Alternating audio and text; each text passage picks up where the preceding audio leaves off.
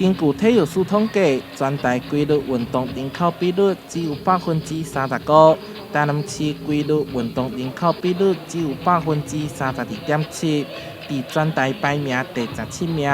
为着让市民有运动的好习惯，市府特别推出一款运动健康号召 APP。很多人都知道运动的好处，不用我再多说，只是大家心动却没有行动。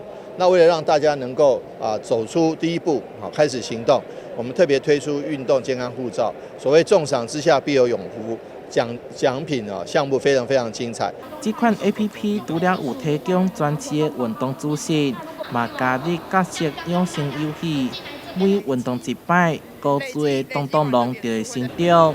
另外，今日指定场馆运动达30分钟，就会当得到点数。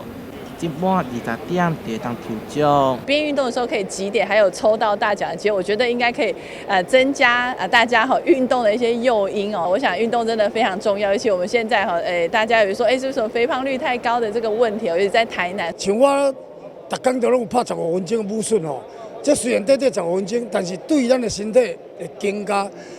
能够个精气神全部拢来，这就是为咱家己。市府借着趣味游戏含抽奖，希望让运动成为市民朋友生活当中的一部分。同时嘛建议要达到每礼拜运动3摆以上，每一摆运动30分钟以上。运动的时阵会流汗、卖喘，就是7-3-3-3定义的目标。